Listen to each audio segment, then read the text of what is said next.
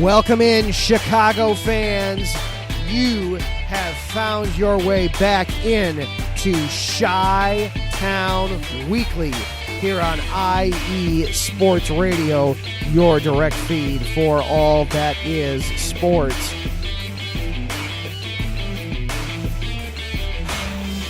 It's becoming a ritual now, isn't it? The Bears appear on Sunday Night Football. The Bears get embarrassed. What else is new?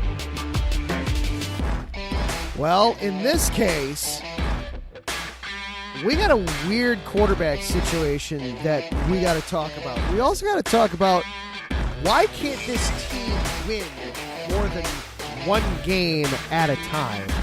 We got lots of things to talk about with the Bears. The Bulls are also playing tonight down in Indianapolis after a weird start to their season. We will talk about them, and we'll see what else comes up along the way. This is Chi-Town Weekly. Buckle it on up. Let's go.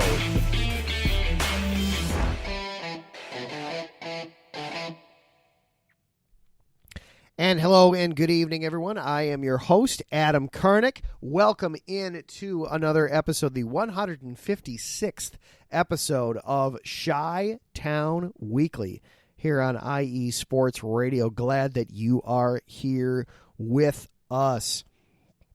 Lots to go over on the show tonight. Of course, we've got Bears to discuss, that debacle out in the City of Angels last night. We've got the Bulls to go over and discuss as they are currently playing the Indiana Pacers and their strange start to their season and what on earth is going on there. And, tomorrow is Halloween. We'll try to have some fun with all this before we get out of here tonight. But, of course, as we start with every episode, we do want to acknowledge our sponsor here at IE Sports Radio, Planet Jerky Premium Brisket Beef Jerky. Planet Jerky is the official jerky of the 2022 California League champion Lake Elsinore Storm, the single-A affiliate of the San Diego Padres. This all-brisket jerky has gluten-free options, contains no MSG, no sodium nitrate, is low in sugar, and high in protein. This is some of the best jerky you can get your hands on, and for a limited time, you can win 4 tickets to see the Storm or 4 bags of jerky. Oh, I'm sorry, that promotion ended. But still, all you have to do is go to visit planetjerky.net and place your order. They have all kinds of different flavors ranging from classic barbecue all the way up to Carolina Reaper. Everything is good. Everything is tasty. I had some of the volcanic jalapeno the other day. That bag was very good. My wife devoured the classic barbecue basically before I even got a chance to eat it. So that'll tell you right there that it must be good stuff. Once again, go to planetjerky.net, place your order. Huge shout out to our sponsor, Planet Jerky Premium Brisket Beef Jerky, the jerky that's on a whole other planet. And IE Sports Radio for the last 9 years has been bringing you amazing content ranging from interviewing legendary athletes, coaches, and other authorized media personnel to building tailor-made shows dedicated to all major sports cities around the country. Be sure to follow us on Twitter, Instagram, Facebook, and TikTok at IE Sports Radio to keep up with the latest in sports and with all of our shows. You can also check out our daily updated website, iesportsradio.com, for sports news, the IE Sports Radio blog, the Hall of Fame, Fans of the Month, pages dedicated to each of our shows, the IE Sports Radio Community Forum, and stop by the shop to check out the merchandise. Thank you all for making IE Sports Radio your direct feed for all that is sports. And if you are listening live here tonight on Spreaker.com, hop on into the chat room. Taryn Rodriguez is here, the very happy host of the SoCal Supreme Sports Show on Friday afternoons. Also, Mike Pat is in the chat with us tonight. And you can hop in and interact and have some fun with us there. Or if you're listening later on in the week, whether it's on Spreaker, YouTube, Apple, iHeartRadio, whatever the platform is that you're listening, thank you for being here. And you can follow along. This show is also available for you on Twitter at IESRC, I am at Adam_Karnick. Taryn appreciating the Bears, helping him get over his Charger blues from the last couple of weeks. Yeah, the Bears very much can be the cure for whatever ails you from time to time. And Mike Pat guessing that our trade discussion yesterday on Twitter for Chase Young to the Bears is no longer valid. It depends. We can see. We can have some fun back and forth there. There was a trade that I saw earlier today between the Giants and the Seahawks that I felt could be pertinent to that discussion, so we can get into that. And then Taryn bringing up that the Bears' last win in Los Angeles came against the Raiders back in the year I was born, 1987. Yeah, 36 years ago is the last time the Bears had any success in Los Angeles. Of course, for a while there wasn't a team to be played, whether it was the Raiders being in Oakland or the Rams being in St. Louis or the Chargers being in San Diego. There was a time there where there just weren't options in Los Angeles. But yeah, it's been 36 years since the Bears have last won a game out in the city of Angels. And honestly, going into that game last night, it's not too far off from what I expected, to be quite honest. I expected the final score to be closer.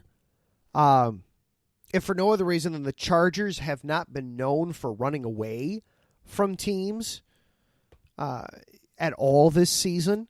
That they've had their problems too. I mean, there's a reason that was just the Chargers' third win of the season last night. That win only got them to 3-4. They're still not even at 500. I'm still shocked that NBC didn't flex that game out. That NBC decided to keep it. And maybe the other networks protected everything. I didn't see anything being reported that NBC tried to flex it out and get Bengals Niners or Eagles Commanders or they didn't want they didn't want Jets Giants. That game was a train wreck yesterday. But something that they didn't try to get anything else in there rather than having a 2-4 team take on a 2-5 team, but Rams Cowboys, heaven knows that, Dallas is a great Sunday night ticket, just something, anything else at that point. Maybe they got blocked, but I didn't even see it reported that they got blocked for moving it. They straight up, this is the game we want. These are the teams. This is the game we want. And the Bears showed that once again, they're not ready for primetime. They're not ready for the big stage. That they won last week against an equally bad. Who was the home team there? Well, you got to talk to Taryn about that one, Mike. Mike bringing up in the chat that there was a distinct Chicago flair there in the stadium. That is as much a Chargers problem as it is anything else. And if you recall, that was part of why teams kept leaving Los Angeles all the time, whether it was the Raiders multiple times or the Rams or whomever it was being based in Los Angeles would eventually get up and leave. It's because they couldn't get fan support are you referring to Jets Giants there, Mike? Because in Los Angeles, it is there's always a good road presence there at those games. And that's always a thing with those games, that the road fans show up usually quite well in Los Angeles. As to Jets Giants, technically that was a Giants home game yesterday. But yeah, the Jets get kind of the bonus home game. That's kind of cool. I love that if you're the Jets and the Giants, and now if you're the Rams and the Chargers, that every 4 years you're getting effectively a bonus home game because you're going to play the other team that occupies your building. Technically, that was a Giants home game yesterday, but yeah, the fact that they're in the same building But yes, yeah, it's the fan support in Los Angeles is definitely it's similar to Vegas, where it's you wind up with a lot of the visiting fans are able to make a very strong presence regardless of the opponent. In Vegas, that feels like, as much as it's, well, because Vegas is a destination town for everybody, you don't really have to sell going to Vegas on many people. Los Angeles, though, it's, I'm reminded when the Chargers first announced that they were leaving San Diego and going to Los Angeles again, and they had that soccer stadium that they played in for a year or so, and it would fill out with a lot of road fans. A lot of road fans would be in there. It would almost feel like Chargers road games. But as for the game itself last night, the Bears showed you and have shown they're not really set up yet to handle success, and that's on the coaching staff. Here we are. And Taryn's not happy with me in the chat room. Here we are with, you're now 25 games into this Eberflus regime, and they have yet to win back-to-back. First of all, you've only won 5 games. But you haven't won, you can't even win 2 in a row. That they don't know how to handle the success of winning a game the week before and turn that into winning multiple games. And the Chargers came to play last night. It was a lot of the feeling that I got off of that was, I was reminded of when the Bears played the Commanders a couple weeks ago, where it was the feeling going into that was Eberflus might get fired if this goes poorly. I think I was getting a little bit of that last night with Brandon Staley, that it was, boy, if this goes poorly, Brandon Staley might have to have an awkward conversation in the GM's office on Monday morning. But instead, they come out and play a very focused game, against a very winnable opponent, against a very beatable opponent, playing a backup quarterback, and they come out and do their thing, and they show up. Justin Herbert played a terrific ball game last night. He really, really showed and answered the question of, hey, if you've got a great secondary, but not a great pass rush, can you still succeed? And no, emphatically no. You need to have a pass rush up front. The Bears secondary is very strong as they've shown the last couple weeks, but they could not get pressure on. They just absolutely could not get pressure on Herbert, and the secondary struggled. Go figure. Bagent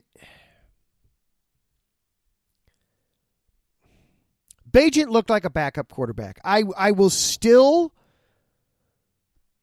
Bagent belongs in the NFL. He has shown that. It's not fair. It's not right. It's not correct to, at this point, say, oh, refer to him as a D2 quarterback. That's not fair at this point anymore. He has shown he belongs in the NFL. But he is a huge work in progress. Khalil Mack put it best after the game. He was asked about Bagent, and he said, this Bagent, he's a good kid. He might turn into something special later. But I know that number one is special right now. And you hear the talk in the locker room that they're still behind Fields. Mike asks in the chat, if the Bears win 5 games the rest of the way, does Eberflus keep his job? 5 more games, so if they finish 7-10, that's, interestingly enough, first of all, they could win, lose, win, lose, win, lose. They don't have to win 2 in a row in order for him to do that. Amazingly enough, they could just, flip-flop every week and manage to do that, manage to finish 7-10. Interestingly enough, Mike, that's what Eberflus has to do at this point in order to avoid having the worst coaching record in team history. Is he's got to win at least 5 more the rest of the way. Yeah, amazingly enough, he does not need to put together a winning streak. He just can't lose more than 1 in a row either, which that has been a problem for this team as well.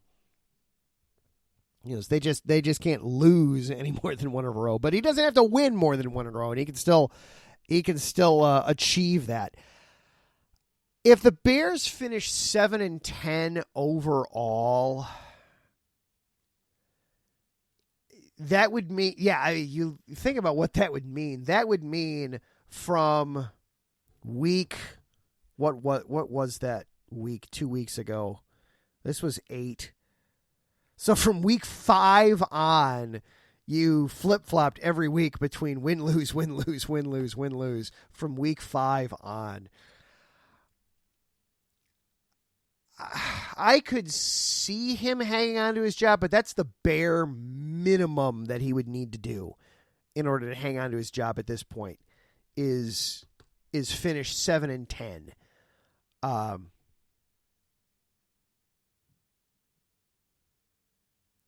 But I'd be just fine with him going 5-10, going 7-10, and they can him anyway. At this point, I'd be fine with it. You're seeing coaching problems on the field where the couple of times that they've won, they've been very sharp, they've been very focused, they've been very locked in on what they're doing. But there are times when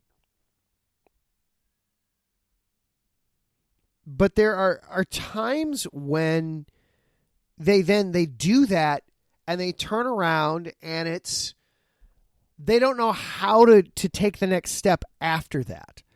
That you then see the lack of discipline rear its ugly head right away again the following week, regardless of if it's a tough opponent or if it's somebody like the Vikings or somebody like the Chargers, who are definitely not in the NFL's elite. I don't want to take anything away from those guys. They beat the Bears straight up. There's nothing there to, I don't know, some people will want to say, if the refs don't blow the whistle early on the first play of the game, Darnell Mooney walks into the end zone and the Bears start off with a 7-0 lead and we go from there. Sure, had that happened, then the final score would have been 30-20. The Bears weren't going to win last night. The cynical part of my heart knew that going into the game. They weren't going to win that game. They just weren't. The other weird part of it all that I want to get into, I heard it talked about in Chicago on the radio today between a couple of hosts over on the Score, Bernstein and Holmes on the Score. And I was talking about it a little bit with some of my buddies right before coming on the show tonight, where it was the big shocking news of the day is that the Bears have already ruled out Justin Fields for this week. That Tyson Bagent will get a third start down in New Orleans. And if you want to hear the New Orleans reaction to that, stick around. You can hear Aaron Yole on Who Dat coming up at 10 o'clock Central tonight right here on IE Sports Radio. I'm sure that they're excited about the prospect about facing Tyson Bagent rather than Justin Fields. especially now that Derek Carr is back and had a semi-functioning game yesterday for the Saints. But Fields has already been ruled out, which is shocking because the last 2 weeks they had called him doubtful on Mondays. You knew, okay, he's not going to play. Oh, I'm sorry, Joey. I'm sorry. It's Joey, not Aaron. I'm sorry. Thank you, Taryn. I'm sorry. Not Aaron, but Joey. Joey will be hosting Where You At Sports. Who dat?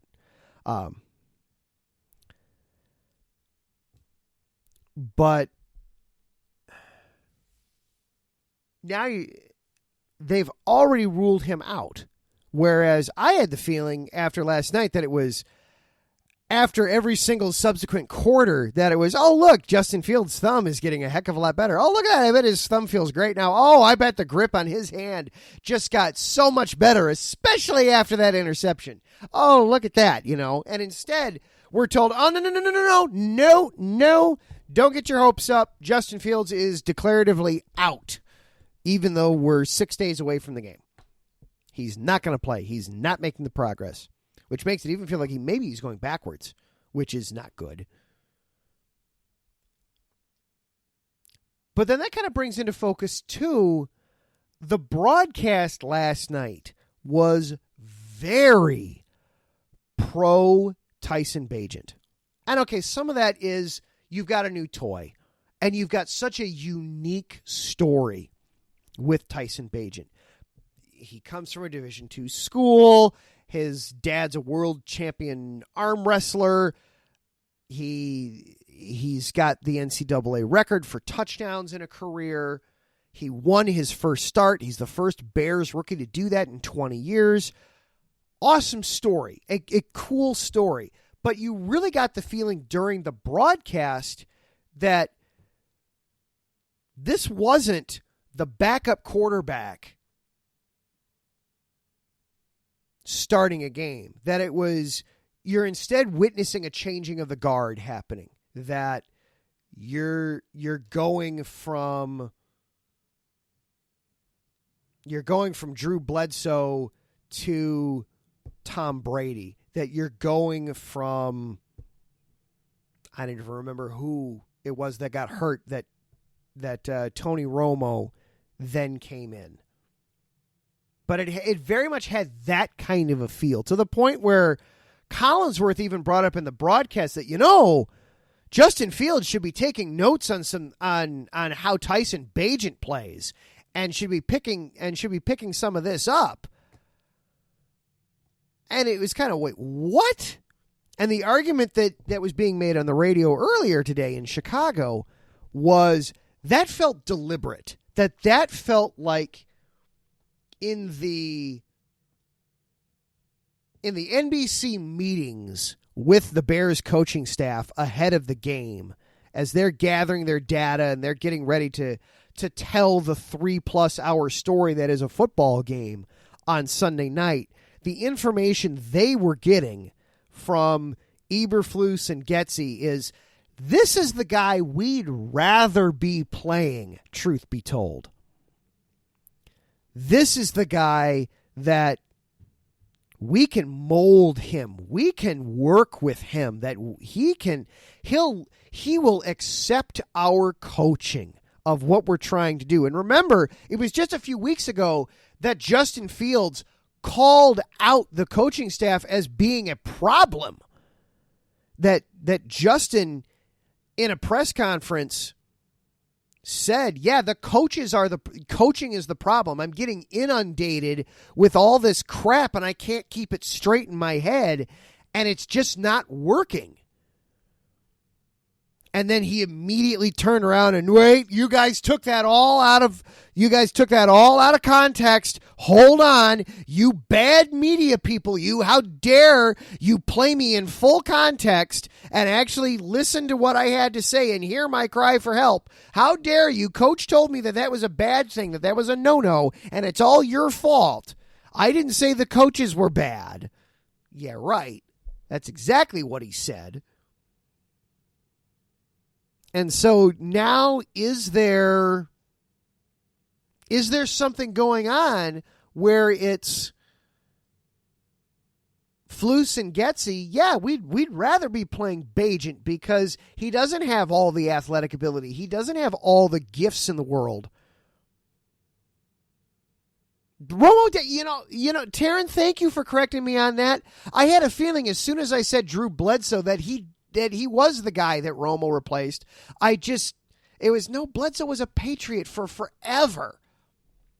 So thank you for that. So did I have the first part right that it was Bledsoe that Brady took over for? Did Bledsoe get hurt and allow two guys Hall of Famers to come in?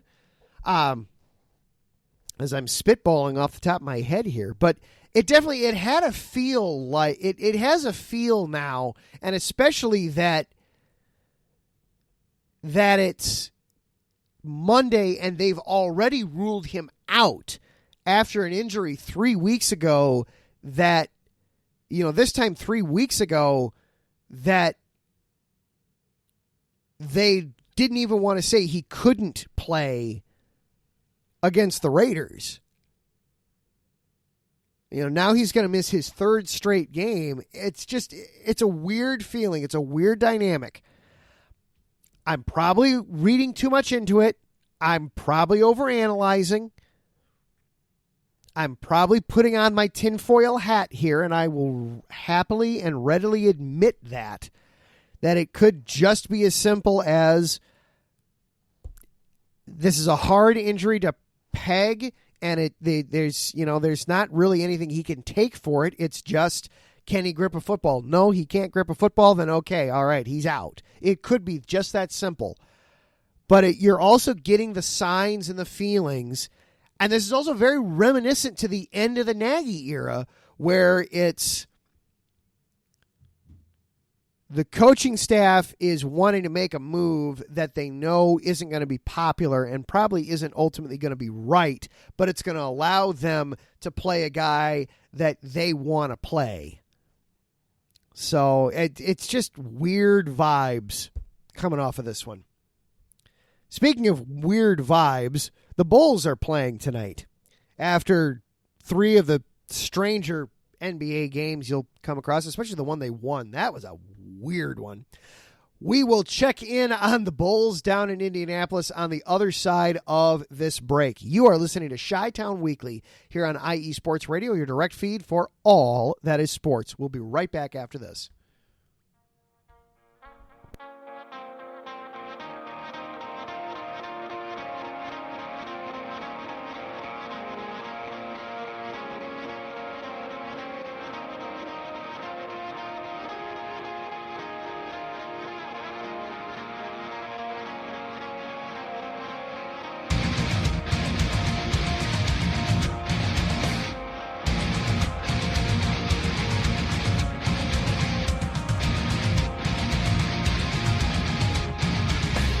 Hey sports fans, do you like wine? Well, we've got the show for you.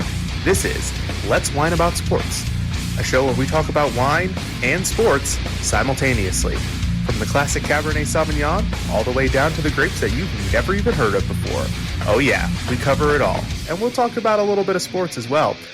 Football, hockey, collegiate, women's sports, it doesn't matter.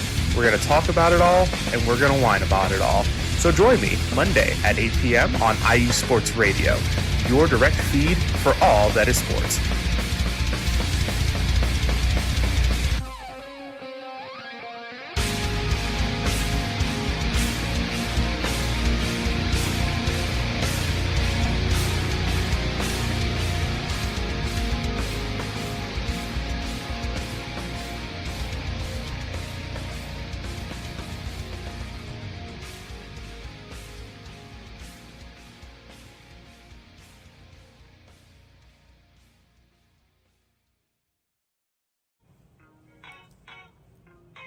Hey sports fans, are you in the market for Florida sports or just keeping up with the latest in the Panhandle? Palm Tree Sports is a dedicated audio hub to all things sports in the Sunshine State. We cover current events, big news, heavily favored opinions all across the NFL, NBA, MLB, and so much more. So come check us out every Saturday evening at 6 p.m. Eastern Standard Time for a down south education on Florida sports and athletics It's hosted by yours truly, Corey Pujols, and is powered by IE Sports Radio, your direct feed for all that is sports.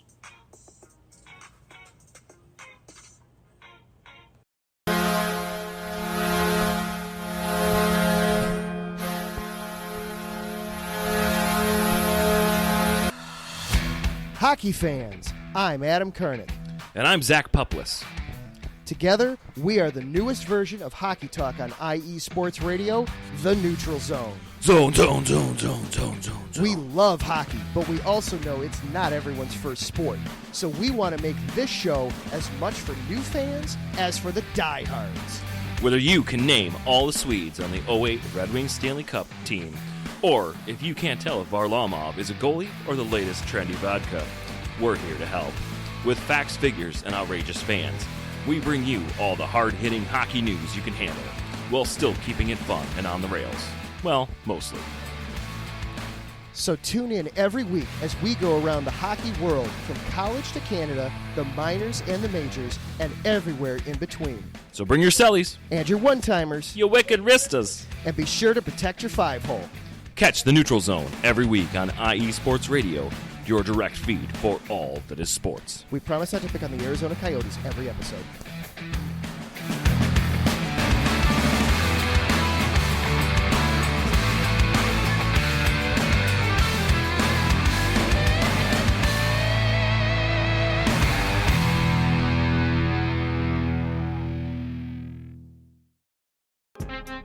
Hey yo, what's up? It's your man Bishop, the voice of This Is KC Sports, the show where we go over the Chiefs, the Royals, KC Current, Sporting KC, MU, and oh yeah, if we got time, we'll even throw in some of that KU stuff from our people on the 913 South. Come and hang out with us every Sunday, 2 p.m. Central Standard Time on IE Sports Radio, your direct feed for all that is sports.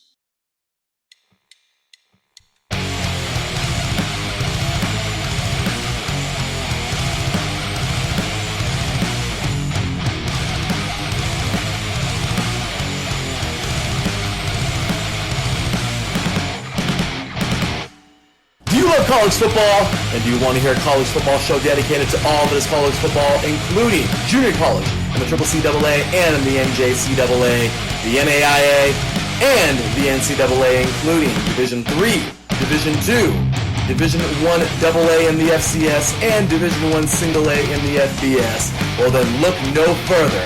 Join myself, Larry B., and my colleagues, Mr. H-Town Blake Henley, and Mr. Christian Espinoza, each week during the college football season for the latest in college football on 3 and Out College Edition, right here on IE Sports Radio, your direct feed for all that is sports.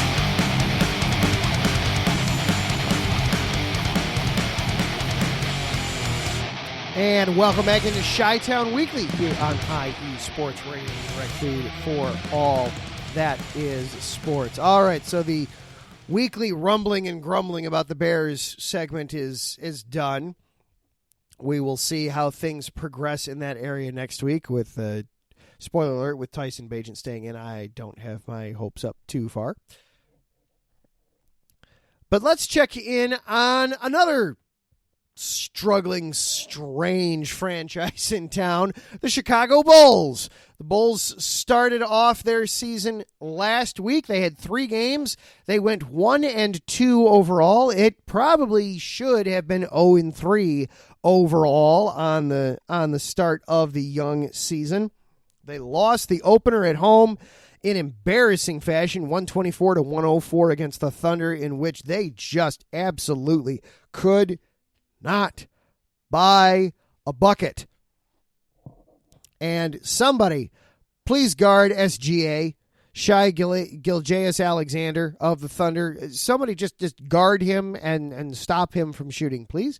Can we play some defense, some team defense? Somebody somewhere somehow play some defense, please, and thank you. Bulls did lead in that one, but you know it didn't end well. And the other thing that was struggling with the Bulls to this point, we'll get to it. Then they They had their game against the Raptors where they won 104-103. Thank you, Alex Caruso. Game-winning three-pointer with 2 seconds left to give the Bulls just a weird win. Toronto, by all accounts, Toronto should have won that game. Toronto was up with 20 seconds left to go, and both teams played just like they didn't want to win it. No, you have a turnover. No, you have a turnover. No, we're going to miss a layup. No, we're going to refuse to rebound. Just all kinds of weirdness. But the Bulls get that win, and then they follow that up by having an amazing night from Zach LaVine against the Detroit Pistons.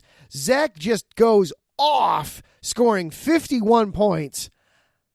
Bulls got crushed 118-102 by the Pistons. Zach LaVine literally scored half the team's points. Cade Cunningham did well for the Pistons in that one. Anybody not named Zach or DeMar basically had themselves a rough game against the Pistons in that one. Meanwhile, you had Cade Cunningham scoring 25 on 9 of 19 shooting. You had Jalen Duren going 9 of 11 from the floor for the Pistons on his way to putting up 23 points. The Bulls got out-rebounded, as they seemingly have every game to this point in the season. Lots of problems with the Bulls. So where to even start? Well, we'll check in real quick. There's just under 5 minutes left to go down in Indianapolis. The Pistons are up 72-69. Some quick numbers here. Vooch is having himself a good game offensively, already a double-double, 16 points and 12 rebounds on 7 of 14 shooting from the floor. Patrick Williams is come to life a little bit here. 9 points for him on the night, including he's got a 3. He's almost doubled his entire season output scoring-wise to this point. DeMar with 10, Zach with 12 right now for the Bulls. And the Bulls shooting well from the floor tonight. Not overall still under 48% overall from the floor, but from 3, they're 5 of 12. You know, you'll take that. And they're holding the Pistons, who've come in obviously in a very small sample size, only 2 games played to the Pistons at this point, but they came in averaging 134 points a night and the best 3-point shooting team in the first week of the season. The Pistons are shooting just 7 of 27 from 3 on the night. That's keeping the Bulls in this game. But the Bulls have had issues through their first 3 games that maybe they're correcting here tonight a little bit. Last year, part of their problem was they didn't make a lot of threes, but that was also in part because they just didn't take very many of them. They didn't make a lot, they didn't take a lot. They vowed to correct that this season. Well, they certainly took a lot through the first 3 games, but they just couldn't make them. 28% from three-point range.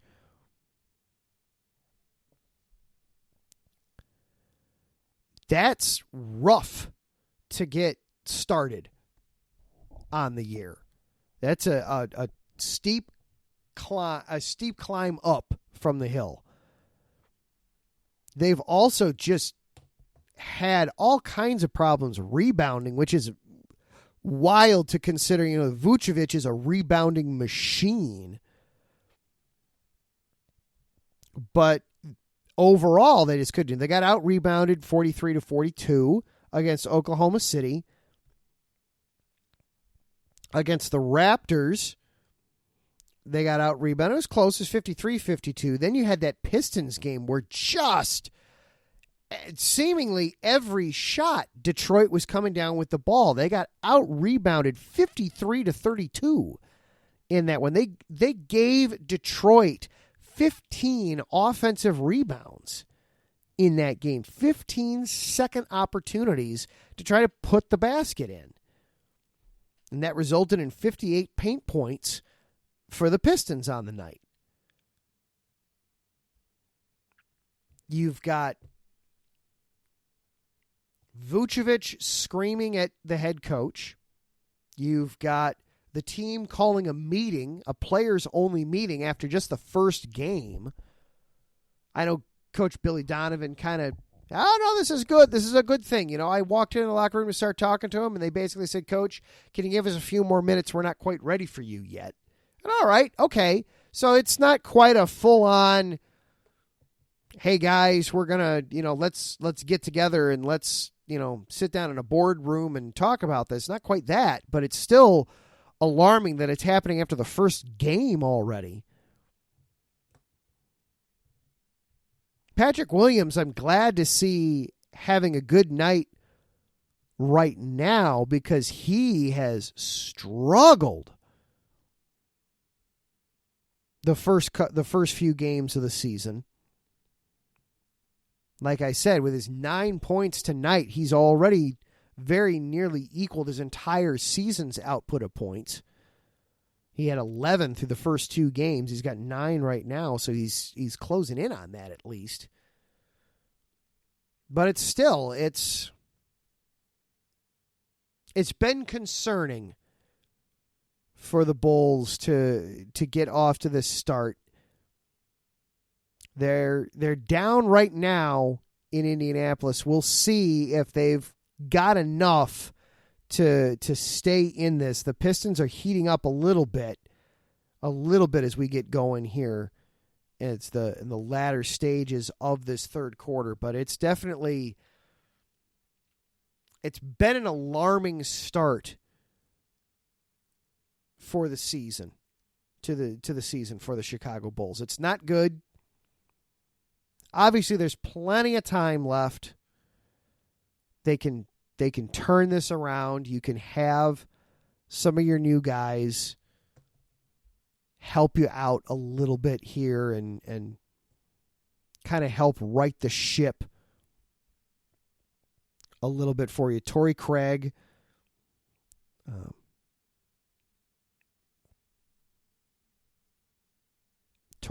and Javon Carter a little bit, trying to help you out, trying to right the ship a little bit for you. Carter's got 9 points tonight. Craig just 3 points, but he took one shot. It was a 3. He got it. So you're getting some help there from the new guys a little bit. Dalen Terry got optioned down to Windy City, so he will not be with the team, which after the first few games, he wasn't contributing a whole lot anyway. So that's going to be a better place for him. He can continue to try to develop and then come back up and help the Bulls, the Chicago Bulls, as opposed to the Windy City Bulls, a little bit there. So, but we'll keep you updated on what's going on down in Indianapolis right now. The Bulls trail by 6 with 2.5 minutes left to go in the third quarter. In that one, hopefully they will be able to turn things around and get back to 500. We're going to take one more break here, and when we come back, we're going to have a little bit of fun on our way out the door tonight. Tomorrow is Halloween, so we got some fun things to talk about there, and this was October 30th was a very memorable date in Chicago sports history, from recent Chicago sports history. So we'll look back on that a little bit. This is Chi-Town Weekly here on IE Sports Radio, your direct feed for all that is sports. We'll be right back after this.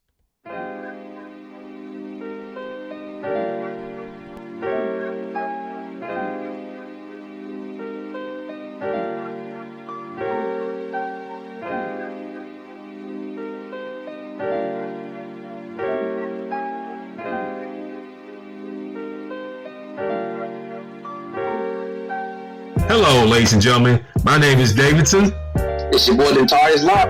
And we are the hosts of Fast Break here on IE Sports Radio, where we discuss everything in the world of basketball from prep to the pros. You guys should definitely check us out, man. Sunday, 8 p.m. Eastern, 5 p.m. Pacific. We got all the basketball information you guys need, so we look forward to you guys listening in. And please do, because we are the best basketball show on this side of the Mississippi. And please do check us out on Twitter at FastBreakISR. D-Lock, where's our time again?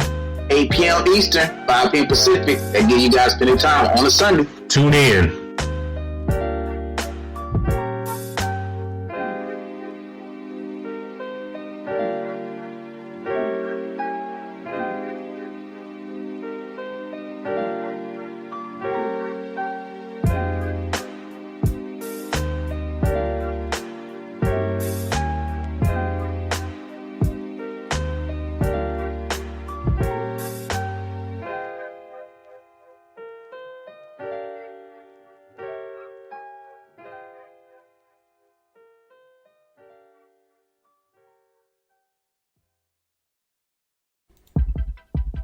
IE Sports Radio fans, it's your boy, the SoCal Saint, the host of the premier professional wrestling podcast online today, the IE Elite Wrestling Show. If you're a fan and have a passion for the world of professional wrestling, this is the show for you. I take you inside the ropes with all the athleticism, high-flying, and hard-hitting action, and then we take it backstage with all the backstage drama and backstabbing that goes on in the world of professional wrestling today. If something's going on in the world of professional wrestling, rest assured, the SoCal Saint knows what's going on, and he's going to let you know too. If you're a fan, check us out every Tuesday, 12 p.m. Central Standard Time, 10 a.m. Pacific Standard Time, only on IE Sports Radio. The IE Elite Wrestling Show, your direct feed for all this professional wrestling, on the only network that is your direct feed for all that is sports. Check us out.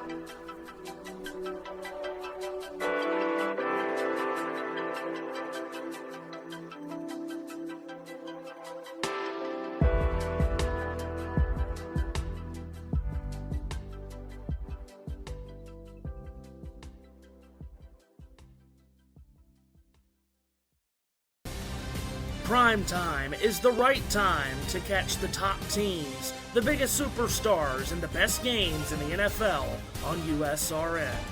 Catch every Thursday, Sunday, and Monday night game this season on the networks of USRN.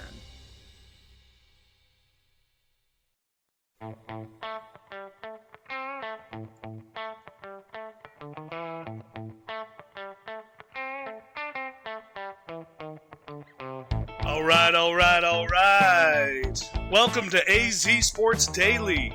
I'm your host, Kieran Daly, bringing the heat to Arizona sports. There's no discrimination here.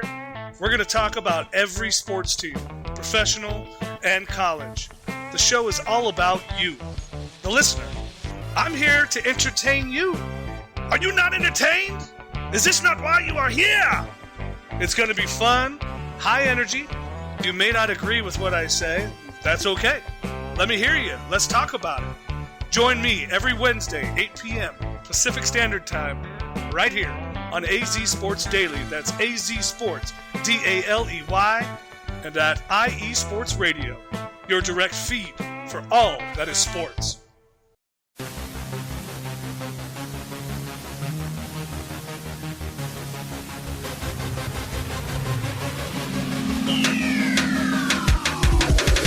What's up, everybody? This is Taryn Rodriguez. Are you a fan of volleyball? Are you a fan of Thunderous Spikes?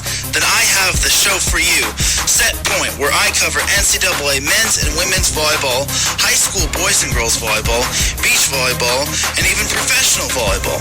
Catch the action every week here on IE Sports Radio, your direct feed for all that is sports.